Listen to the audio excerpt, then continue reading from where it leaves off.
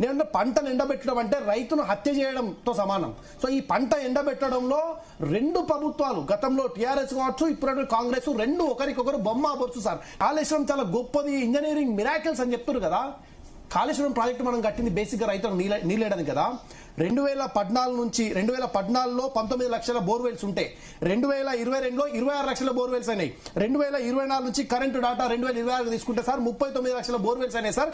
80% of the borewells అంటే major agriculture కోసం రైతులు వాడుకుంటారు సార్. ఒకవేళ కాళేశ్వరం మనం వాటర్ ఇచ్చినట్టయితే, గొలుసుకట్టు చెరువులను ఆయకట్టను మొత్తం డెవలప్ చేసినట్టయితే ఎందుకు రైతులకు ఇన్ని గణం బోర్వెల్స్ వేసుకోవాల్సిన పరిస్థితి వచ్చింది ఈ రాష్ట్రంలో? దీనిపైన ఒకసారి ఆలోచించాలి. ఒక్క ఎకరాకు ₹1,00,00,000 పంట వస్తుందని చెప్పేసి అబద్దాలు మాట్లాడినటువంటి కేసీఆర్ గారు ₹1,00,00,000 వస్తాయని చెప్పేసి అన్నాడు. అప్పులు తీసుకొచ్చి కాళేశ్వరం ప్రాజెక్టు 43,000 కోట్ల నుంచి ప్రారంభమైనటువంటి కాళేశ్వరం ప్రాజెక్టు 1,48,000 కోట్లకు ఎట్లా మారుతుంది?